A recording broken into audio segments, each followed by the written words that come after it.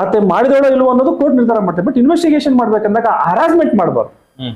ಇವಾಗ ಎಷ್ಟೋ ನನಗನ್ಸೋ ಮಟ್ಟಿಗೆ ಬಹುಶಃ ಇಂಥ ಒಂದು ಕಾಯ್ದೆಯನ್ನ ಈಗ ನಮ್ಮ ರಾಜಕೀಯ ಪಕ್ಷಗಳು ಉಪಯೋಗಿಸ್ಕೊಂಡ್ರೆ ಬಿಟ್ಟು ಇನ್ನು ಯಾರು ಕೂಡ ಉಪಯೋಗಿಸ್ಕೊಂತಿಲ್ಲ ಅನ್ನೋದು ನನ್ನ ಒಂದು ಅವ್ರದ್ದು ತಪ್ಪು ಇಲ್ಲ ಅಂತಲ್ಲ, ಆಗೋರೆಲ್ಲ ಶಾಸ್ತ್ರ ಅಂತಲ್ಲ ಹೇಳ್ತಿಲ್ಲ. ಆಗೋದಕ್ಕಿಂತ ಮುಂಚೆ ಅವ್ರ ತಲೆಯಲ್ಲಿ ವಿವೇಚನೆ ಇರ್ಬೇಕಿತ್ತು. ಯಾಕೆಂದ್ರೆ ಒಬ್ಬ ನಾನು ಗೌರವಾನ್ವಿತ ವ್ಯಕ್ತಿ, ನಾನು ಈ ತರದ್ರಲ್ಲಿ ಏನಾದ್ರು ಸಿಕ್ಕಾಕೋಬಹುದು, ಅದು ಅವ್ನು ಯೋಚನೆ ಮಾಡ್ಬೇಕಿತ್ತು, ನನ್ನ ಅನ್ಬೇಕಾಗಿತ್ತು. ಬಟ್ ಆ ವಿವೇಚನೆಗೆ ಮೀರಿ ನಡೆದಾಗ ಎಲ್ಲೋ ಒಂದ್ ಕಡೆ ಅದನ್ನ ಅವನ ಪರ್ಸನಲ್ ಲೈಫ್ ನೇ ಹಾಳು ಮಾಡುವಂತದ್ದು ಎಷ್ಟು ಕೂಡ ಗಂಡಸರು ಮಾಡುವಂತ ಕೆಲಸವಲ್ಲ ಅಂತ ಹೇಳೋದು. ಈ ರೀತಿಯ ಒಂದು ಟ್ರಾಪ್ ಮಾಡುವಂಥದ್ದು, ಅದ್ರ ಮೇಲೆ ಬ್ಲಾಕ್ ಮೇಲ್ ಮಾಡುವಂಥದ್ದು ಇದು ಫೈಟ್ ಅಲ್ಲ. ನಮ್ಮ ಧರ್ಮ ಗ್ರಂಥಗಳಲ್ಲಿ ಇದಾವೆ ಸರ್, ಶತ್ರುನ ಎದುರುಗಡೆನೇ ಹೊಡಿಬೇಕು ಅಂತ. ಹೌದು, ಹಿಂಭಾಗದಿಂದ ಹೊಡೆಯುವಂತವನ್ನ ಯುದ್ಧನೇ ಅಲ್ಲ ಅಂತ ಹೇಳ್ತೀವಿ. ಹಲೋ, ನಮಸ್ಕಾರ ಸ್ನೇಹಿತರೆ, ಹೇಗಿದ್ದೀರಾ? ಚೆನ್ನಾಗಿದ್ದೀರಾ ಅಂತ ಅನ್ಕೋತೀನಿ. ನೀವು ಯಾವುದೇ ಒಂದು ಮಾಧ್ಯಮ ನೋಡಿದ್ರೆ ನಿಮ್ಗೆ ಗೊತ್ತಾಗೋದೇನಪ್ಪ ಅಂದ್ರೆ ಹನಿ ಟ್ರಾಪ್ ಪ್ರಕರಣ, ನನ್ನನ್ನು ಹನಿ ಟ್ರಾಪ್ ಮಾಡ್ಬಿಟ್ರು ಅಥವಾ ಅವ್ರನ್ನ ಹನಿ ಟ್ರಾಪ್ ಮಾಡಿದ್ರು, ತಮ್ಮ ವಿರೋಧ ಪಕ್ಷದವ್ರನ್ನ ಅಥವಾ ತಮ್ಮ ಎದುರಾಳಿಗಳನ್ನ ಅವರ ಶಕ್ತಿನ ಕುಂದಿಸ್ಬೇಕು ಅಂತ ಅಂದ್ರೆ ಒಂದು ಅಸ್ತ್ರನ ಹೂಡ್ತಾರೆ, ಅದು ಹನಿ ಟ್ರಾಪ್. ಸೊ ಹಾಗಾದ್ರೆ ಹನಿ ಟ್ರಾಪ್ ಅಂದ್ರೆ ಏನು? ಸೊ ಹನಿ ಟ್ರಾಪ್ ಮಾಡೋರು ತಪ್ಪ ಅಥವಾ ಹನಿ ಟ್ರಾಪ್ ಆಗೋರು ತಪ್ಪ? ಸೊ ಹನಿ ಟ್ರಾಪ್ ಮಾಡಿದವ್ರಿಗೆ ಏನ್ ಶಿಕ್ಷೆ ಆಗುತ್ತೆ, ಎಲ್ಲವನ್ನು ಕಾನೂನಲ್ಲಿ ಯಾವ ರೀತಿ ಶಿಕ್ಷೆ ಆಗುತ್ತೆ ಎಲ್ಲವನ್ನು ತಿಳ್ಕೊಳ್ಳೋಣ. ನಮ್ಮ ಜೊತೆ ಲೋಹಿತ್ ಹನುಮಾಪುರ ಅವರು ಇದ್ದಾರೆ. ಸೊ ಅಡ್ವೊಕೇಟ್, ನಮಸ್ಕಾರ. ನಮಸ್ತೆ ಸರ್. ನಮಸ್ಕಾರ ಸರ್. ತುಂಬಾ ಒಳ್ಳೆಯ ಪ್ರಶ್ನೆ ಕೇಳಿದ್ರೆ ಅದರಲ್ಲಿ ಒಂದು ಪದ ಯೂಸ್ ಮಾಡಿದ್ರಿ ತಾವು, ವೆರಿ ಅಟ್ರಾಕ್ಟಿವ್, ಅಸ್ತ್ರ ಅನ್ನೋ ಪದವನ್ನು ಯೂಸ್ ಮಾಡಿದ್ರಿ. ಅಂದ್ರೆ ಹನಿ ಟ್ರ್ಯಾಪ್ ಅಸ್ತ್ರ ಯಾರಿಗೆ? ಯಾರೋ ಒಬ್ಬ ಶತ್ರುವಿಗೆ ಒಬ್ಬ ಈ ರೀತಿಯಾಗಿ ಒಂದು ಹೆಣ್ಣನ್ನ ಕಳಿಸಿ ಆತನನ್ನ ಬೆತ್ತಲೆ ಮಾಡಿ ಅಥವಾ ಲೈಂಗಿಕ ಸಂಪರ್ಕಕ್ಕೆ ಆತನ ಕರ್ಕೊಂಡ್ಬಂದು ಅದು ವಿಡಿಯೋ ರೆಕಾರ್ಡಿಂಗ್ ಮಾಡಿಸಿ ಅದನ್ನ ತಗೊಂಡು ಬ್ಲ್ಯಾಕ್ ಮೇಲ್ ಮಾಡೋದು, ಅವರ ಒಂದು ಕೆಲಸವನ್ನ ಸಾಧಿಸ್ಕೊಳ್ಳುವಂಥದ್ದು ಬರೇ ರಾಜಕಾರಣವಾಗಲ್ಲ. ಯಾವುದೋ ಒಂದು ಹೆಣ್ಣು ಯಾರೋ ಒಬ್ಬ ಶ್ರೀಮಂತನನ್ನ ಟ್ರಾಪ್ ಮಾಡ್ಬೋದು, ಬಾ ಮಾತಾಡೋಣ ಹಂಗೆ ಹೆಂಗೆ ಅಂತ ಹೇಳಿ ರೆಕಾರ್ಡ್ ಮಾಡ್ಕೋಬಹುದು. ನಂತರ ನನಗೊಂದು 40 ಲಕ್ಷ 50 ಲಕ್ಷ ದುಡ್ಡು ಕೊಡು, ಇಲ್ಲಾಂದ್ರೆ ನಾನು ನಿನ್ನ ಹೆಂಡತಿ ಹೇಳ್ತೀನೋ, ಸಮಾಜಕ್ಕೆ ಹೇಳ್ತೀನೋ, ಬರ್ದಿಟ್ಬಿಟ್ಟು ಸತ್ತೋಗ್ತೀನೋ, ಅದನ್ನ ಎಲ್ಲರೂ ಕೊಟ್ಬಿಡ್ತೀನಿ, ನಿಮ್ಮ ಫ್ರೆಂಡ್ಸ್ ಕಳಿಸ್ಬಿಡ್ತೀನಿ, ಬಿಟ್ಬಿಡ್ತೀನಿ ಅನ್ನೋವಂಥದ್ದು. ಈ ರೀತಿಯಾಗಿ ಅಂದ್ರೆ ಒಳ್ಳೆತನದಿಂದ ಆತನ್ನ ಕರ್ಕೊಂಡೋಗಿ ಮಾಡಿಸಿ ತಿರ್ಗಾ ಅದನ್ನ ಜನರು ಕೊಡ್ತೀನಿ ಅಂತ ಹೇಳಿ ದುಡ್ಡು ಇಸ್ಕೊಳ್ಳುವಂಥದ್ದು, ಅಥವಾ ದುಡ್ಡೇ ಬೇಡ ಯಾರೋ ಒಬ್ರಿಗೆ ಶೂಟ್ ಮಾಡಿಸುವಂಥದ್ದು, ಅವನ ಹತ್ರ ಇಲ್ಲಿಗಲ್ ಕೆಲಸಗಳನ್ನ ಮಾಡಿಸುವಂಥದ್ದು. ಹೋಗಿ ನೀನು ದುಬೈಗೆ ಹೋಗಿ ಇವಾಗ ನಡೀತಾ ಇದೆಯಲ್ಲ, ಗೋಲ್ಡ್ ತಗೊಂಡ್ಬಂದು ಕೊಟ್ಬಿಡು, ಇಲ್ಲಾಂದ್ರೆ ಸಿಡಿ ಬಿಟ್ಬಿಡ್ತೀನಿ ಅನ್ನೋವಂಥದ್ದು. ಈ ರೀತಿಯಾಗಿ ಇಲ್ಲಿಗಲ್ ಆಕ್ಟಿವಿಟೀಸ್ ನ ಮಾಡಿಸುವಂಥದ್ದು, ಅಂತ ಸಿಡಿಗಳನ್ನ ಇಟ್ಕೊಂಡು ಎದುರಿಸಿ ಬೆದರಿಸಿ ಅನ್ನೋದೇ ಹನಿ ಟ್ರಾಪ್. ಟ್ರಾಪ್ ಆಗುವಂಥದ್ದು. ಓಕೆ ಸರ್, ಈಗ ಕಂಪ್ಲೀಟ್ ಹನಿ ಟ್ರಾಪ್ ಅಂದ್ರೆ ಗೊತ್ತಾಯ್ತು. ಈಗ ಹನಿ ಟ್ರಾಪ್ ಮಾಡಿಸೋದ್ಗಿಂತ ಹನಿ ಟ್ರಾಪ್ ಆಗೋದು ಎಲ್ಲೊಂದ್ ಕಡೆ ತಪ್ಪು, ಅವ್ರು ಎಚ್ಚರಿಕೆಯಿಂದ ಇರ್ಬೇಕಾಗಿತ್ತು ಅಂತ ಅನ್ಸುತ್ತೆ. ನಾನು ನಿಮ್ಮ ಒಂದು ಮಾಧ್ಯಮದಲ್ಲಿ ಮನಸ್ಪೂರ್ವಕವಾಗಿ ಮಾತಾಡಕ್ಕೆ ಇಷ್ಟಪಡ್ತೀನಿ ಸರ್. ಯಾರು ಆಸೆ ಇಲ್ದಿರೋ ಅಂತ ಗಂಡಸಿದ್ದಾನೆ ನೀವು ತೋರಿಸಿ. ಹೌದು, ಮಾತಾಡೋರು ಏನ್ ಬೇಕಾದ್ರೂ ಮಾತಾಡ್ಬೋದು. ಅಂದ್ರೆ ಆಸೆ ಪಡೋನೆಲ್ಲ ಮಾಡೋದು ಅಂತದಲ್ಲ ಅಂತ ಹೇಳ್ತಿಲ್ಲ. ನಾನು ಹೇಳ್ತೀನಲ್ಲ, ಈ ಭಗವಂತ ಮನುಷ್ಯನ ಕಳಿಸ್ಬೇಕಂದಾಗ ಎಲ್ಲವನ್ನೂ ಆಕೆ ಕಳಿಸಿರ್ತಾನೆ. ಶ್ರೀರಾಮ ಒಬ್ಬನೇ ತನ್ನ ಹೆಂಡತಿನ ನೋಡುವಂಥದ್ದು. ಆಯ್ತು, ಯಾರು ಕೂಡ ಎಷ್ಟೋ ಜನ 50% ಯಾರು ಕೂಡ ಆತರ ಆಗಲ್ಲ ಅಂದ್ರೂ ಕೂಡ ಒಂದು ಹೆಣ್ಣನ್ನು ನೋಡಿ ಏನೋ ಒಂದು ಆಸೆ ಬರುತ್ತಲ್ಲ, ಅದು ಕೂಡ ಕೆಟ್ಟಿದೆ ಅಲ್ವಾ? ಯಾರೋ ಒಬ್ರು ಯಾವುದೋ ಒಂದು ಮಾತನ್ನ ತುಂಬಾ ಚೆನ್ನಾಗಿ ಹೇಳಿದ್ರು, ಸಿಕ್ಕದವ್ರಿಗೆ ಸಿಹಿ, ಸಿಗದೇ ಇರೋನಿಗೆ ಹುಳಿ ನಿಂಬೆ ಹಣ್ಣು ಅಂತ ಯಾವುದೋ ಒಂದು ಮಾತಲ್ಲಿ ಏನೋ ಅಂತ ಹೇಳ್ತಾ ಇದ್ರು. ಅವ್ನು ಮಾತಾಡ್ಕೊಂಡು ಕುಂತ್ಕೊಂತಾರಂತೆ, 20 ಜನ ಮಾತಾಡ್ಕೊಂಡು ಕುಂತ್ಕೊಂತಾರಂತೆ. ಆ 20 ಜನದಲ್ಲಿ ಎಲ್ರು ಮಾತಾಡ್ತಿರ್ತಾರಂತೆ, ಯಾರೋ ಒಬ್ಬಂಗೆ ಸಿಕ್ಬಿಟ್ರೆ ಅವ್ರು ಮಾತಾಡಲ್ಲಂತೆ. ಈ ರೀತಿಯಾಗಿ ಸ್ವಾಭಾವಿಕ ನಡೆದಿದೆ. ಅಂದ್ರೆ ಎಲ್ರಿಗೂ ಗೊತ್ತಿರುವಂತ ಮಾತೇ ಇದು, ಯಾರು ಕೂಡ ಓಪನ್ ಆಗಿ ಹೇಳಲ್ಲ. ಇದನ್ನು ಉಪೇಂದ್ರ ತೋರಿಸಿದಾಗ ಹೂ ಅಂತ ಒಪ್ತಾರೆ. So let us admit it, admit ಮಾಡ್ಕೊಳ್ಳೇಬೇಕಾಗುತ್ತೆ. ಹೌದು, ಸಾವಿರಾರು ಜನ ನೋಡ್ತಾರೆ ಈ ವಿಡಿಯೋನ, ಏನ್ ಇಷ್ಟು ಓಪನ್ ಆಗಿ ಹೇಳ್ತಿದ್ದಾನೆ ಅಂದ್ರೆ ಎಸ್ ಇಟ್ ಇಸ್ ಟ್ರೂ. ಆದ್ರೆ ಯಾವುದೋ ಒಂದು ಹೆಣ್ಣನ್ನ ಆಕೆಗೆ ಇಷ್ಟ ಇಲ್ಲ ಅಂದ್ರೂ ಕೂಡ ಬಲವಂತವಾಗಿ ಆಕೆಗೇನೋ ಬ್ಲ್ಯಾಕ್ ಮೇಲ್ ಮಾಡಿ ಸಂಬಳ ಜಾಸ್ತಿ ಕೊಡ್ತೀನಿ ಅಂತ ಹೇಳಿ ಒಂದು ಆಫೀಸ್ನಲ್ಲೋ ಅಥವಾ ಏನೋ ಒಂದು ನಿನಗೆ ಕೊಡಿಸ್ತೀನಿ, ನಿನಗೆ ಆಮಿಷಗಳನ್ನ ಕೊಡುವಂಥದ್ದು, ನಾನು ಸೈನ್ ಫೈಲ್ ಆಗ್ತೀನಿ, ನೀನ್ ಬಾ ಕಾಂಪ್ರಮೈಸ್ ಅನ್ನೋಂಥದ್ದೆಲ್ಲವೂ ಕೂಡ ರೇಪ್. ಓಕೆ, ಇವೆಲ್ಲವೂ ಕೂಡ ರೇಪ್. ಬಲವಂತವಾಗಿ ಯಾರೋ ಒಂದು ಹುಡುಗಿನ ಕರ್ಕೊಂಡು ಹೋಗಿ ಮಾಡೋದು, 16 ವರ್ಷದೊಳಗಡೆ ಏನಂತ ಹೆಣ್ಣು ಮಕ್ಕಳನ್ನ, ಸ್ಕೂಲ್ ಮಕ್ಕಳನ್ನ ಕಿಡ್ನಾಪ್ ಮಾಡುವಂಥದ್ದು, ಇವೆಲ್ಲಕ್ಕೂ ಕೂಡ ಯಾಕೆ ಗಂಡಸರು ಯಾರು ಅನ್ನ ತಿಂತಾರೆ ಯಾರು ಮಾಡಲ್ಲ ಖಂಡಿತ ಅಲ್ವಾ? ಆದ್ರೆ ಕೆಲವೊಂದು ಅದು ಬಿಟ್ಟು ಬೇರೆ ವಿಚಾರಗಳು ಇದಾವೆ ಸಮಾಜದಲ್ಲಿ. ಏನೋ ಆತನನ್ನ ಟ್ರ್ಯಾಪ್ ಮಾಡಬೇಕು ಅಂತಾನೆ ಹೇಳಿ ಆತ ವೀಕ್ನೆಸ್ಗಳನ್ನ ನೋಡ್ಕೊಂಡು ಎಲ್ಲ ಆತ ಜಾರ್ ಬೀಳೋ ರೀತಿನೂ ಮಾಡೋರಿದ್ದಾರೆ. ಆ ರೀತಿ ಜಾರ್ ಬೀಳಿದಾಗ ಆತ ಬಿದ್ಬಿಡ್ತಾನೆ, ಆ ಕ್ಷಣಕ್ಕೆ ಬಿದ್ಬಿಡ್ತಾನೆ. ನೆಕ್ಸ್ಟ್ ಅವ್ನು ಆಚೆ ಎದ್ಬಿಡ್ತಾನೆ, ನಾನು ತಪ್ಪು ಮಾಡ್ಬಿಟ್ಟೆ ಅಂತ ಹೇಳ್ತಾನೆ. ಬಟ್ ಆತನ ಒಂದು ಆ ತಪ್ಪಿಂದ ಅವ್ನು ಆಚೆ ಬರಕ್ಕೆ ಬಿಡಲ್ಲ. ಟ್ರ್ಯಾಪ್ ಮಾಡ್ತಾರೆ, ನಿನ್ನಿಂದ ಹಣ ಬೇಕು, ನೀನ್ ಹಿಂಗ್ ಮಾಡ್ತೀನಿ ಹಂಗ್ ಮಾಡ್ತೀನಿ, ನಾನು ಸಮಾಜದಲ್ಲಿ ಅವ್ನು ನನ್ನ ಮರ್ಯಾದೆ ಉಂಟೋಯ್ತಲ್ಲಪ್ಪ, ನನ್ನ ಎಡುಬಿಟ್ನಲ್ಲ, ಹಾಗಾದ್ರೆ ಆತರ ಎಡುದು ಅವನಿಗೆ ಸಾವೇ ಗ್ಯಾರಂಟಿನ. ಹಾಗಾಗಿ ಈ ಕಾನೂನು ಅಂದ್ರೆ ಸಮಥಿಂಗ್ ಟ್ರ್ಯಾಪ್ ಆಗಿದ್ದಾನೆ ಅಂತ. This is not a rape. Okay okay, ಈಗ ನೀವು ಹೇಳಿದ್ದು ತುಂಬಾ ಅರ್ಥಪೂರ್ಣವಾಗಿ ಹೇಳಿದ್ರಿ. ಯಾಕೆಂದ್ರೆ ಏನೆಲ್ಲ ಸಮಾಜದಲ್ಲಿ ನಡೆಯುತ್ತೋ ಅದನ್ನ ಓಪನ್ ಆಗಿ ಹೇಳಿದ್ರಿ, ಇಲ್ಲೇನು ಮುಚ್ಚುಮರೆ ಏನಿಲ್ಲ. ಬಟ್ ಇವಾಗ ಹನಿ ಟ್ರ್ಯಾಪ್ ಮಾಡಿದಾಗ ಸೊ ಆಕೆ ಯಾರು ಹನಿ ಟ್ರ್ಯಾಪ್ ಮಾಡಿರ್ತಾರೋ ಆ ಹೆಣ್ಮಗು ಪ್ಲಸ್ ಅದ್ರ ಜೊತೆಗೆ ಮಾಡಿಸ್ತಾನೆ, ಸೊ ಅವ್ರಿಗೆ ಇಬ್ರಿಗೂ ಒಂದೇ ಶಿಕ್ಷೆ ಆಗುತ್ತೆ. ನಮ್ಮ ಸ್ನೇಹಿತರಿಗೆ ಒಂದು ಮಾತು ಹೇಳ್ತೀನಿ, ಈಗ ಹನಿ ಟ್ರ್ಯಾಪ್ ಬರೀ ಹೆಣ್ಣಿಂದ ಆಗ್ತಿಲ್ಲ, ಹನಿ ಟ್ರ್ಯಾಪ್ ಗಂಡಿಂದನೂ ಆಗ್ತಿದ್ದಾವೆ. ಗಂಡು ಹಿಂಡು ಕೂಡ ಸೇರಿಸೋದೇನ, ಹಂಗಾರೆ ಅವನು ಹನಿ ಆದ್ನ ಅಂತ ಸುಮ್ಮನೆ ಮಾತಿಗೆ ಹೇಳಿದೆ. ಆದ್ರೆ ಯಾರು ಹನಿ ಟ್ರ್ಯಾಪ್ ಅನ್ನ ಮಾಡ್ತಿದ್ದಾರೋ ಅವ್ರ ಹಿಂದೆ ಆಗಿರ್ತಾರಲ್ಲ 4 ಜನ.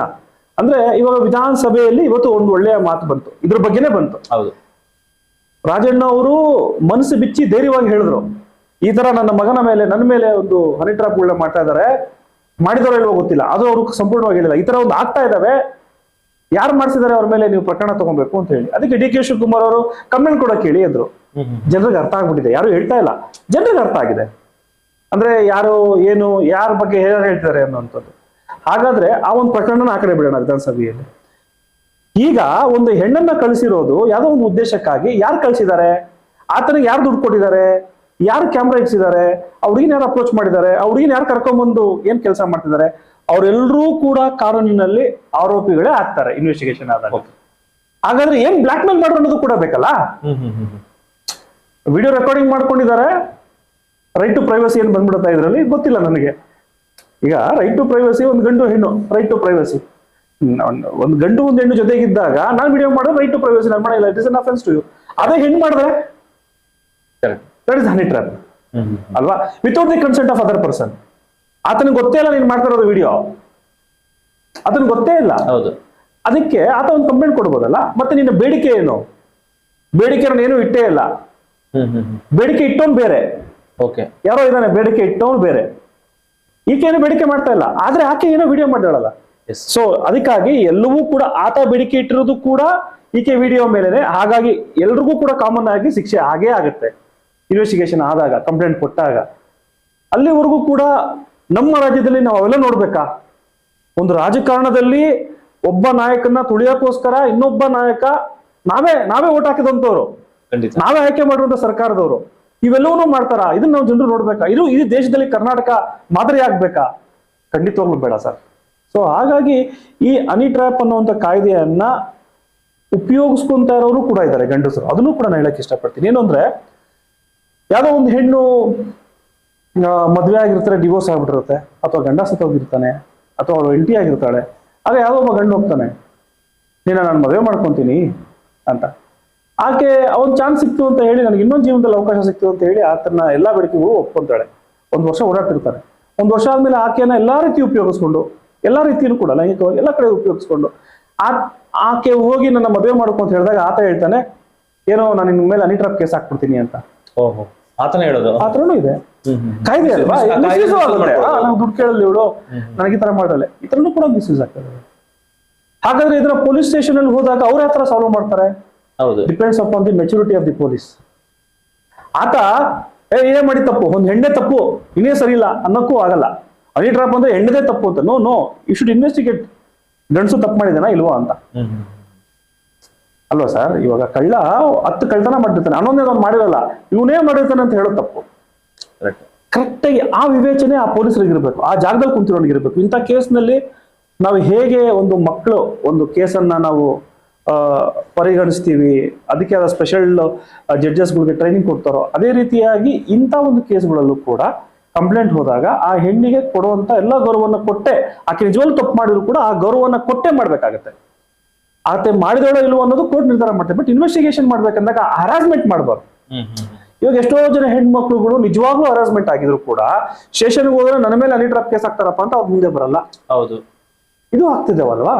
ಸೊ ಇದನ್ನ ನಾವು ಮಾಡ್ಕೊಬೇಕು. ನನಗನ್ಸೋ ಮಟ್ಟಿಗೆ ಬಹುಶಃ ಇಂಥ ಒಂದು ಕಾಯ್ದೆಯನ್ನ ಈಗ ನಮ್ಮ ರಾಜಕೀಯ ಪಕ್ಷಗಳೇ ಉಪಯೋಗಿಸ್ಕೊಂಡ್ರೆ ಬಿಟ್ಟು ಇನ್ನು ಯಾರು ಕೂಡ ಉಪಯೋಗಿಸ್ಕೊಂತಿಲ್ಲ ಅನ್ನೋದು ನನ್ನ ಒಂದು ಅಭಿಪ್ರಾಯ. ಖಂಡಿತ ಸರ್, ಈ ಮಾತು ಒಪ್ಪಗ ಇರೋದು. ಈಗ ಆಕ್ಚುಲಿ ಈ ಹನಿ ಟ್ರಾಪ್ ಪ್ರಕರಣ ಏನ್ ನೋಡಿದೀವೋ ಈ ರಾಜಕೀಯದವ್ರ ಕಡೆಯಿಂದನೇ ಹೊರಗೆ ಬಂದಿದ್ದು, ಬೆಳಕಿಗೆ ಬಂದಿದ್ದು. ಸೊ ಅಲ್ಲಿವರೆಗೂ ಅಷ್ಟು ಗೊತ್ತಿರಲಿಲ್ಲ. ಮೊದ್ಲೇನೋ ಬಿಸ್ನೆಸ್ ಮ್ಯಾನ್ಗಳನ್ನ ಟ್ರಾಪ್ ಮಾಡುವಂಥದ್ದು ನಡೀತಾ ಇತ್ತೇನೋ, ಬಟ್ ಈ ಸುದ್ದಿ ವಾಹಿನಿಗಳಲ್ಲಿ ನಾವು ನೋಡ್ತಾ ಇರೋದೇನಪ್ಪ ಅಂದ್ರೆ ರಾಜಕೀಯ ಪಕ್ಷದವ್ರದ್ದೇ. ಈ ಹನಿ ಟ್ರಾಪ್ ಆದಾಗ ಒಂದು ಆ ಎದುರಾಳಿಯ ಅವನ್ ಒಂಥರ ಪರ್ಸನಲ್ ಲೈಫೇ ಹಾಳಾಗೋಗ್ಬಿಡುತ್ತೆ. ಏನ್ ಅನ್ಸುತ್ತೆ ಸರ್? ಈಗ ಹನಿ ಟ್ರಾಪ್ ಮಾಡೋದು ಎಷ್ಟು ಮಟ್ಟಿಗೆ ಒಳ್ಳೇದು? ಈಗ ನೀವ್ ಹೇಳಿದ್ರಿ ಆಗೋರ್ದು ತಪ್ಪು ಇಲ್ಲ ಅಂತಲ್ಲ, ಆಗೋರೆಲ್ಲ ಸಾಷ್ಟ್ರು ಅಂತಲ್ಲ ಹೇಳ್ತಿಲ್ಲ, ಆಗೋದಕ್ಕಿಂತ ಮುಂಚೆ ಅವ್ರ ತಲೆಯಲ್ಲಿ ವಿವೇಚನೆ ಇರ್ಬೇಕಿತ್ತು. ಯಾಕಂದ್ರೆ ಒಬ್ಬ ನಾನು ಗೌರವಾನ್ವಿತ ವ್ಯಕ್ತಿ, ನಾನು ಈ ತರದ್ರಲ್ಲಿ ಏನಾದ್ರು ಸಿಕ್ಕಾಕೋಬಹುದು, ಅದು ಅವ್ನು ಯೋಚನೆ ಮಾಡ್ಬೇಕಿತ್ತು. ನನ್ನ ಅನಿಸಿಕೆ ಏನಪ್ಪಾ ಅಂತಂದ್ರೆ, ಒಬ್ಬ ಗೌರವಾನ್ವಿತ ವ್ಯಕ್ತಿ ಸಮಾಜದಲ್ಲಿ ಅವನಿಗೆ ಗೌರವ ಇದೆ ಅಂತ ಅಂದ್ಕೊಂಡ್ರೆ ಅವನು ಈ ರೀತಿ ಒಂದು ಹೆಣ್ಣಿನ ಜೊತೆ ಸಂಪರ್ಕ ಮಾಡುವಾಗ ಸ್ವಲ್ಪ ವಿವೇಚನೆ ಇರ್ಬೇಕಾಗಿತ್ತು. ಬಟ್ ಆ ವಿವೇಚನೆಗೆ ಮೀರಿ ನಡೆದಾಗ ಎಲ್ಲೋ ಒಂದ್ ಕಡೆ ಅದನ್ನ ಅವನ ಪರ್ಸನಲ್ ಲೈಫ್ ನೇ ಹಾಳು ಮಾಡುವಂಥದ್ದು ಎಷ್ಟು ಮಟ್ಟಿಗೆ ಸರಿ ಸರ್? ಅವನ ಶಕ್ತಿನ ಕುಂದಿಸೋದಕ್ಕೆ ಈ ರೀತಿ ಮಾಡುವಂಥದ್ದು ವಿರೋಧಿಗಳದ್ದು ಇದು ಯಾರು ಕೂಡ ಗಂಡಸರು ಮಾಡುವಂತ ಕೆಲಸವಲ್ಲ ಅಂತ ಹೇಳೋದು. ಈ ರೀತಿಯ ಒಂದು ಟ್ರಾಪ್ ಮಾಡುವಂಥದ್ದು, ಅದ್ರ ಮೇಲೆ ಬ್ಲಾಕ್ ಮೇಲ್ ಮಾಡುವಂಥದ್ದು ಇದು ಫೈಟ್ ಅಲ್ಲ. ನಮ್ಮ ಧರ್ಮ ಗ್ರಂಥಗಳಲ್ಲಿ ಇದಾವೆ ಸರ್, ಶತ್ರುನ ಎದುರುಗಡೆನೇ ಹೊಡಿಬೇಕು ಅಂತ. ಹೌದು, ಹಿಂಭಾಗದಿಂದ ಹೊಡೆಯುವಂತವನ್ನ ಯುದ್ಧನೇ ಅಲ್ಲ ಅಂತ ಹೇಳ್ತೀವಿ. ಈ ರೀತಿ ಯಾರೋ ನಾವು ಶತ್ರುಗಳನ್ನ ಹೊಡೆದು ಬಿಡ್ತೀವಿ, ಅವ್ರನ್ನ ವೀಕ್ ಮಾಡ್ಬಿಡ್ತೀವಿ ಅಂದ್ರೆ ಅದು ಗೆಲುವು ಅಲ್ಲ. ಅದನ್ನ ಅನುಭವಿಸಕ್ಕೆ ಆ ದೇವರು ಆ ಶಕ್ತಿನೂ ಕೊಡಲ್ಲ, ಆ ಒಂದು ಅವಕಾಶನೂ ಕೊಡಲ್ಲ. ಮತ್ತೆ ನಾವು ನಮ್ಮ ಯೋಗ್ಯತೆಯ ಮೇಲೆ, ಅಂದ್ರೆ ಯಾವುದೇ ಒಂದು ಕ್ಷೇತ್ರದಲ್ಲಿ ಇರ್ಬೋದು, ನಮ್ಮ ಯೋಗ್ಯತೆಯ ಮೇಲೆ ನಾವು ಸ್ಟ್ರಾಂಗ್ ಆಗಿ ಬೆಳ್ಕೊಂಡು ಹೋದ್ರೆ ಇಂಥ ಒಂದು ಪರಿಸ್ಥಿತಿ, ಟ್ರ್ಯಾಪ್ ಮಾಡಿಸೋ ಪರಿಸ್ಥಿತಿ ಬರೋದೇ ಇಲ್ಲ ಸರ್.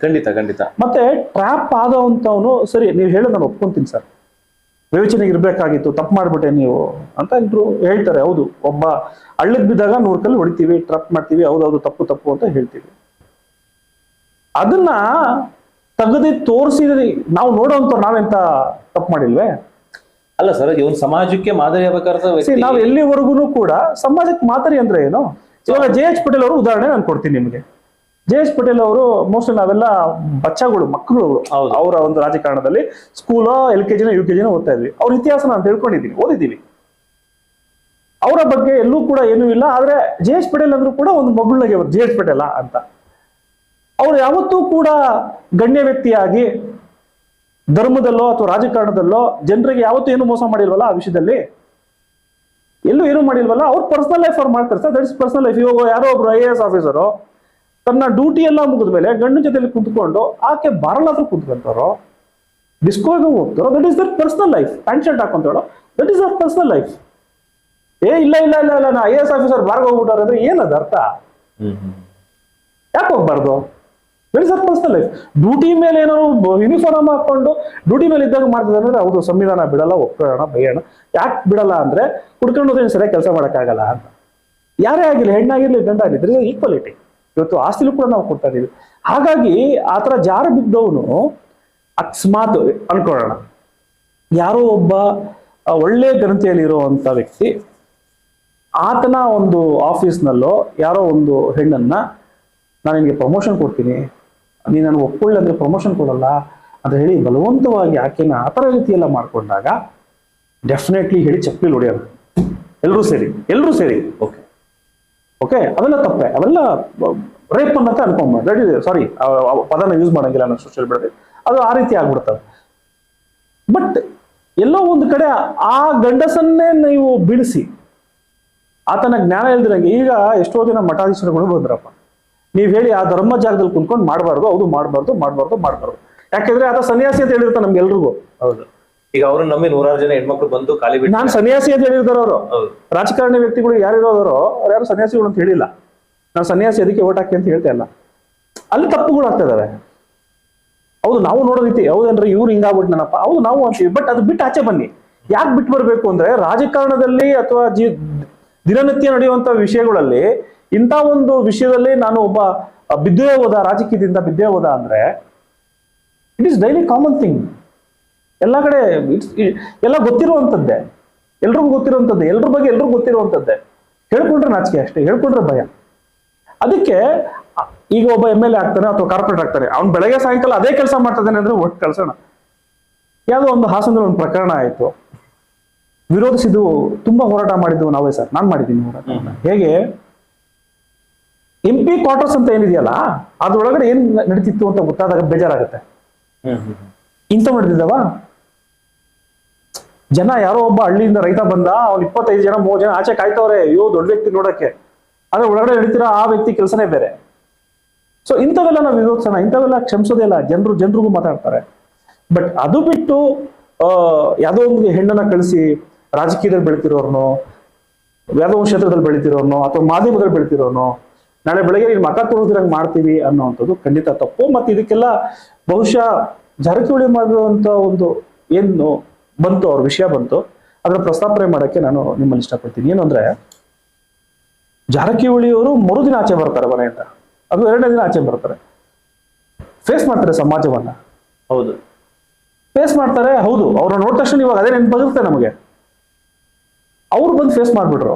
ನಿಮ್ಗೆ ಗೊತ್ತಾ ಸರ್, ಅವ್ರ ಮಗಳಿಗೋ, ಅವ್ರ ಮಗನಿಗೋ, ಅವ್ರ ಕುಟುಂಬದವ್ರಿಗೋ, ಅಥವಾ ಅವ್ರ ಮಗಳು ಮದುವೆ ಆಗಿ ಬರುವಂತ ಅಳಿಯನಿಗೋ, ಅವ್ರು ಹುಟ್ಟುವಂತ ಮೊಮ್ಮಗುಗೋ ಈ ಸಮಾಜದಲ್ಲಿ ಮಕ ತೋರ್ಸಕ್ಕಾಗಲ್ಲ. ಖಂಡಿತ. ನಿಮ್ಮ ಅಪ್ಪ ಅಂತಷ್ಟೇ ಭಯ ಆಗುತ್ತೆ ಅವ್ರಿಗೆ. ನಿಮ್ ತಂದೆ ಅಂತ ಅಂತಷ್ಟೇ ಭಯ ಆಗುತ್ತೆ. ಅಲ್ಲಿ ಪನಿಷ್ಮೆಂಟ್ ಯಾರು ಕೊಟ್ರಿ ನೀವು? ಅವ್ರ ಗಂಡ ಹೆಂಡತಿಗೆ ಏನಂತ ಆಗ್ಬೋದು ಪರಿಸ್ಥಿತಿ ಆಗ್ಬೋದು, ಅವ್ರ ಸ್ನೇಹಿತರುಗಳಲ್ಲಿ, ಅವ್ರ ಕುಟುಂಬಗಳಲ್ಲಿ. ಯಾರನ್ನ ಸಾಯಿಸ್ತಾ ಇದೀರಾ ನೀವು? ಇಡೀ ಕುಟುಂಬನೇ ಏತಕ್ಕೆ ಸಾಯಿಸ್ತಾ ಇದ್ದೀರಾ? ರಾಜಕಾರಣಕ್ಕೋಸ್ಕರ, ಅಧಿಕಾರದ ಆಮಿಷಗೋಸ್ಕರ. ಆಕೆಯ ಭಾವನೆಯನ್ನ, ಮಕ್ಕಳ ಭಾವನೆಯನ್ನ ನೀವು ಅರ್ಥನೇ ಮಾಡ್ಕೊಳಕ್ಕಾಗಲ್ಲ. ನಿಮ್ ತಂದೆ ಅಂದ್ರೆ ಸಾಕು ಭಯ ಆಗುತ್ತೆ. ಅಥವಾ ಅವ್ರು ಹೋಗ್ಬೇಕಂದ್ರೆ ಯಾರೋ ಒಬ್ರು ನಕ್ಕಿದ್ರು ಕೂಡ ಖಂಡಿತ ಆಕೆಗೆ ಅನ್ಸುತ್ತೆ, ಅನ್ಸುತ್ತೆ. ಇದರಿಂದ ಆಚೆ ಬರೋದಿದೆಯಲ್ಲ, ಇಟ್ಸ್ ವೆರಿ ಡಿಫಿಕಲ್ಟ್.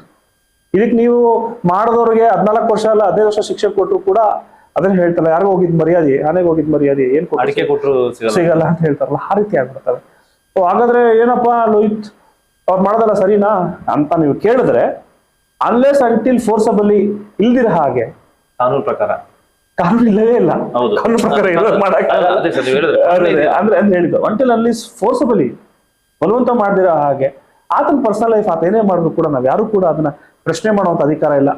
ಅದಕ್ಕೂ ಅವ್ರ ಹೆಂಡತಿಗೆ ಮಾತ್ರ ಇದೆ. ಹೌದು, ಬೇರೆ ಯಾರಿಗೂ ಇಲ್ಲ. ಅಡಲ್ಟ್ರಿ ಅಂತ ಹೇಳ್ತೀವಿ. ಒಂದು ಗಂಡು ಒಂದು ಹೆಣ್ಣು ಬಿಟ್ಟು ಇನ್ನೊಬ್ಬರ ಜೊತೆ ಸಂಬಂಧ ಇಟ್ಕೊಂಡಿದ್ದಾನೆ ಅಂದ್ರೆ ಅವ್ರ ಹೆಂಡತಿ ಮಾತ್ರ ಕಂಪ್ಲೇಂಟ್ ಕೊಡ್ಬೇಕು. ಅದು ಆಕೆ ಮಾತ್ರ ಕೇಳ್ಬೋದು, ನಾವೆಲ್ಲ ಯಾರು ಕೇಳಕ್ಕೆ? ಹಾಗೆ ಒಂದು ಹೆಣ್ಣು ಬೇರೆ ಜೊತೆ ಇಟ್ಕೊಂಡು ಆ ಗಂಡ ಮಾತ್ರ ಕೇಳೋದು, ನಾವೆಲ್ಲ ಕೇಳಕ್ಕೆ. ಸೊ ಆ ರೀತಿ ಎಲ್ಲ ಈ ಕಾನೂನು, ದೇಶದ ಕಾನೂನುಗಳೆಲ್ಲ ಇದ್ದಾಗ ಗ್ರೌಂಡ್ಸ್ ಫಾರ್ ದಿ ಡಿವೋರ್ಸ್ ಕೂಡ ಅದೇ ಆಗಿತ್ತು. ಎಲ್ಲೋ ಒಂದ್ ಕಡೆ ಸುಪ್ರೀಂ ಕೋರ್ಟ್ ಹೇಳ್ತೀವಿ ದೇರ್ ಇಸ್ ನೋ ಅಫೆನ್ಸ್ ಅಂತ ಹೇಳ್ತು. ಮತ್ತೆ ಸುಪ್ರೀಂ ಕೋರ್ಟ್ ಓಯಾ ರೂಮ್ಗಳಂತ ಒಂದು ಏನೋ ಆಯ್ತು, ಓಯಾ ರೂಮ್ಗಳಲ್ಲಿ ಅನ್ಮ್ಯಾರಿಡ್ ಕಪಲ್ಸ್ಗಳು ಬಂದು ಹೋಗ್ಬೋದು ಅಂತ ಹೇಳ್ತಿತ್ತು. ಅವ್ರು ಮ್ಯಾರಿಡೋ ಅನ್ಮ್ಯಾರಿಡೋ ನಿಮ್ಗೆ ಸ್ವಾಮಿ ಗೊತ್ತಾಗುತ್ತೆ? ಸೀಲ್ ಹೊಡಿದಾರ? ಯಾರಿಗೇನು ಸೀಲ್ ಹೊಡೆದವ್ರೆ ಅಲ್ವಾ ಸರ್? ಸೊ ಇದೆಲ್ಲ ತರ ಒಂದು ಬದಲಾವಣೆಗಳು ಆಗ್ತಾ ಇದಾವೆ. ಹಾಗಾಗಿ ಇದನ್ನ ರಾಜಕಾರಣವಾಗಿ ನಾವು ವಿಧಾನಸಭೆಯಲ್ಲಿ ಮಾತಾಡ್ತಾರೆ ಸರ್, ನನಗೆ ಖಂಡಿತವಾಗ್ಲೂ ಇಷ್ಟು ಕೆಟ್ಟದಾಗೋಯ್ತು ಅನ್ನೋದು ಭಯ ಆಗುತ್ತೆ. ಸೊ ಹಾಗಾಗಿ ಇವೆಲ್ಲವೂ ಕೂಡ ನಿಲ್ಲಿಸಿ ಬೇರೆ ರೀತಿ ರಾಜಕಾರಣ ಆಗ್ಬೇಕು, ಬೇರೆ ರೀತಿಯಾಗಿ ಆಗ್ಬೇಕು ಅನ್ನೋದು ನನ್ನ ವಿನಂತಿ sir. Okay sir, over all ಏನ್ ಹೇಳಕ್ ಇಷ್ಟಪಡ್ತೀರಾ ಈ ಸಮಾಜದ ಜನಗಳಿಗೆ? ಅಥವಾ ನಾನು ಅಂತ ದೊಡ್ಡ ವ್ಯಕ್ತಿ ಅಲ್ಲ ಸರ್, ಸಮಾಜಕ್ಕೆ ಹೇಳುವಂತ ನಾನು ದೊಡ್ಡ ವ್ಯಕ್ತಿ ಅಲ್ವೇ ಅಲ್ಲ. ನನ್ನ ಒಂದು ಮಾತು ಏನು ಅಂದ್ರೆ, ಯಾವುದೇ ಒಬ್ಬ ಶತ್ರುವನ್ನು ಕೂಡ ನೀವು ಕೆಡವಬೇಕು ಕೆಳಗಡೆ ಅಂದ್ರೆ ಆ ಶತ್ರು ಕೂಡ ಮೆಚ್ಚಬೇಕು, ನನ್ನ ಎದುರಾಳಿ ಗೆದ್ದ ಅನ್ನೋತೀರಿ, ಸಖತ್ ಫೈಟ್ ಮಾಡಿ ಗೆದ್ದೆ ಕಣೋ ಅಂತ ಹೇಳ್ಬೇಕು. ಅದು ಬಿಟ್ಟು ಅದೇನೋ ಇನ್ನೊಂದು ಪದ ಬಳಸ್ತಾರೆ, ಆ ರೀತಿ ಕಣ್ಣಿಗೆ ಮಣ್ಣೆರ್ಚಿ ಅಥವಾ ಖಾರದ ಪುಡಿ ಎರಚಿ ಅವ್ನ ಕಣ್ಣು ಮುಚ್ಕೊಬೇಕಂದಾಗ ತಲೆ ಕೆಡಿಸುವಂತ ಕೆಲಸ ಹಿಂದೂಗಳಾಗಿ ಭಾರತೀಯರಾಗಿ ಮಾಡುವಂಥದ್ದು ನಾನು ಮೆಚ್ಚಲ್ಲ ಸರ್. ಅದು ಗೆಲುವೇ ಅಲ್ಲ. ಅದು ಆತ್ಮಸಾಕ್ಷಿಯಲ್ಲಿ ಆ ರೀತಿ ಯುದ್ಧ ಮಾಡಬಾರ್ದು. ಯುದ್ಧವನ್ನ ನೇರವಾಗಿ ಮಾಡಿ ಗೆಲ್ಬೇಕು ಸರ್. ಎಷ್ಟೇ ಸಮಯ ಆದ್ರೂ ಕಾಯ್ದು ಮಾಡ್ಬೇಕು. ಭಗವಂತನ ಕೃಪೆ ಇದ್ರೆ ಎಲ್ಲರೂ ಗೆದ್ದೇ ಗೆಲ್ತಾರೆ ಸರ್. ಯಾರು ಎಲ್ಲಿ ಕೂರ್ಬೇಕು ಅಂತಿದ್ರೆ ಅವ್ರು ಕುಂತ್ಕೊಂತಾರೆ, ಆ ಭಗವಂತನ ಕೃಪೆ ಇದ್ರೆ. ಈ ರೀತಿ ಎಲ್ಲ ಗೆಲ್ಬಾರ್ದು ಅಂತ ಹೇಳ್ತೀನಿ ಸರ್. ಸರ್, ಈ ಕಾಯ್ದೆ ಬಂದ್ರೆ ಏನೆಲ್ಲ ಅನುಕೂಲ ಆಗುತ್ತೆ ಸರ್? ಹನಿ ಟ್ರಾಪ್ ಅನ್ನೋ ಕಾಯ್ದೆ ಈಗಾಗಲೇ ಇದೆ ಸರ್. ಎಷ್ಟೋ FIR ಆಗಿದ್ದಾವೆ, ಹನಿ ಟ್ರಾಪ್ ಕೇಸಸ್ಗಳಾಗಿರ್ತವೆ. ಆ ಕಾಯ್ದೆ ಆಗ್ಲೇ ಬಂದು ಸುಮಾರು 3 ವರ್ಷ ಆಯ್ತು. ಎಷ್ಟೋ FIR ಆಗಿದ್ದಾವೆ ಬೆಂಗಳೂರುಗಳಲ್ಲಿ. ಎಷ್ಟೋ ಹೆಣ್ಮಕ್ಳುಗಳು ಜೈಲ್ಗೂ ಕೂಡ ಹೋಗ್ತಿದ್ದಾರೆ ಹನಿ ಟ್ರಾಪ್ ಕೇಸ್ನ ಮಾಡಿದ್ದಾರೆ ಅಂತ ಹೇಳಿ. ಅದಾದ ನಂತರ ಎಷ್ಟೋ ಕಂಪ್ಲೇಂಟ್ಗಳು ಕಮ್ಮಿ ಆಗ್ತವೆ. ಎಷ್ಟೋ ಜನ ನಿಜವಾಗ್ಲೂ ಅನ್ಯಾಯ ಆಗಿರುವಂತ ಹೆಣ್ಮಕ್ಳು ಆಚೆನೆ ಬರ್ತಾ ಇಲ್ಲ. ನನ್ನ ಮೇಲೆ ಹೋದ್ರೆ ಪೊಲೀಸರು ನನಗೆ ಹನಿ ಟ್ರಾಪ್ ಆಗ್ತೀನಂತಪ್ಪ ಅಂತ ಅವಾಗ ನಾವು ಹೋಗಿ ಹೋರಾಟಗಳನ್ನ ಮಾಡ್ತೀವಿ. ಸೊ ಈ ರೀತಿಯಾಗಿ ಎಲ್ಲವೂ ನಡೀತಾ ಇದಾವೆ ಸರ್. ಮತ್ತೆ ಇನ್ನೊಂದು ಈ ಪದಕ್ಕೆ ಸೇರ್ಸೇ ಬಿಡ್ತೀನಿ ಸರ್ ನಾನು. ಈಗ ಯಾವುದೋ ಒಂದು ಬಾಂಬೆಯಲ್ಲಿ ಕೆಲವು ಸ್ಟ್ರೀಟ್ಸ್ಗಳಿದ್ದಾವೆ, ಪ್ರಾಸ್ಟಿಟ್ಯೂಷನ್ಸ್ ಅದು ಇದು ಅನ್ನೋದೆಲ್ಲ ನಡೀತಾ ಇದಾವೆ. ಎಲ್ಲವೂ ಕೂಡ ಇವತ್ತು ಬೆಂಗಳೂರಲ್ಲಿ ಎಲ್ಲೂ ಇಲ್ವಾ? ಎಲ್ಲೂ ಬೆಂಗಳೂರಲ್ಲಿ ಇಲ್ವಾ? ನಿಮ್ಮ ಮೊಬೈಲ್ಗಳಲ್ಲಿ, ನಿಮ್ಮ ಮಕ್ಕಳುಗಳ ಕಡೆ ಇರೋ ಕೈಲಿ ಮೊಬೈಲ್ಗಳಲ್ಲಿ ಆರ್ಟಿಫಿಷಿಯಲ್ ಇಂಟೆಲಿಜೆನ್ಸಿ ಏನಾದ್ರೂ ಒಂದು ವಿಡಿಯೋ ಬಂದು ಹಿಂಗೆ ಹೋಯ್ತು ಅಂದ್ರೆ ಅಲ್ಲಿಂದ ನಿಮ್ಗೆ ಕರೆ ಬರುತ್ತೆ, ಮಸಾಜ್ ಇದೆ, ಅದಿದೆ, ಇದಿದಾವೆ ಅಂತ ಬರ್ತಾ ಇದಾವೆ ಅಲ್ವಾ ಸರ್? ಇವೆಲ್ಲ ಬರ್ತದೆ, ಯಾರು ಗೊತ್ತಿಲ್ಲ ಇದು. ಹೌದು. ಹಂಗಾರೆ ಅದನ್ನ ಬ್ಲಾಕ್ ಮಾರ್ಕೆಟ್ ಯಾರು ಮಾಡ್ತಾರೆ? ಹಂಗಾದ್ರೆ ಯಾರು ಗಂಡಸ್ ಹೋಗ್ದಿರಂಗೆ ಅವರು ಇದೆಲ್ಲ ಸೆಟಪ್ ಮಾಡಿದಾರ? ಇದನ್ನೆಲ್ಲ ಫಸ್ಟ್ ನಾವು ಕರ್ಟೈಲ್ ಮಾಡ್ಬೇಕಾಗತ್ತೆ. ಯಾಕಂದ್ರೆ 18 ವರ್ಷದ ಮಕ್ಕಳು, 19 ವರ್ಷದ ಮಕ್ಕಳ ಕೈಲಿ ಕೂಡ ತಂದೆ ತಾಯಿಗಳು ಮೊಬೈಲ್ ಕೊಟ್ಟಿದ್ದಾರೆ ಇವತ್ತು. ಹುಷಾರಾಗಿ ನನ್ನ ಮಗ ಬರ್ಲಿ ಅಂತ ಹೇಳಿ ಅವನಲ್ಲಿ ದಾರಿ ತಪ್ಪು ಹೋಗ್ತಾನೆ. ಇವತ್ತು ಒಂದು 18 ವರ್ಷದ ಹುಡುಗನೇ ಕೂಡ, ಯಾರೋ ಕಾಲೇಜ್ಗೆ ಹೋಗುವಂತ ಹುಡುಗನ್ನ ಯಾವುದೋ ಒಂದು ಸಂಸ್ಥೆ ಈ ತರ ಯಾರೋ ಒಂದು ಮಾಡಿ ಶ್ರೀಮಂತ ಮನೆ ಹುಡುಗ ಅಂತ ಹೇಳಿ ಅವನ್ನ ಆತರ ಬಳಸ್ಕೊಂಡು ವಿಡಿಯೋ ಮಾಡಿ ಆತನ ಎದುರಿಸ್ತಾ ಇದ್ರೆ ಆ ಹುಡುಗ ಏನಾಗ್ಬೋದು? ಹೇಳ್ದಷ್ಟು ದುಡ್ಡು ಕೊಡ್ತಾನೆ, ಹೇಳ್ದಷ್ಟು ಮಾಡ್ತಾನೆ, ನಾಳೆ ದಿನ ಸತ್ತೇ ಹೋಗ್ತಾನೆ ಅವನು, ಅಪ್ಪ ಅಮ್ಮ ಗೊತ್ತಾಗ್ಬಿಡುತ್ತೆ ಅಂತ ಹೇಳಿ.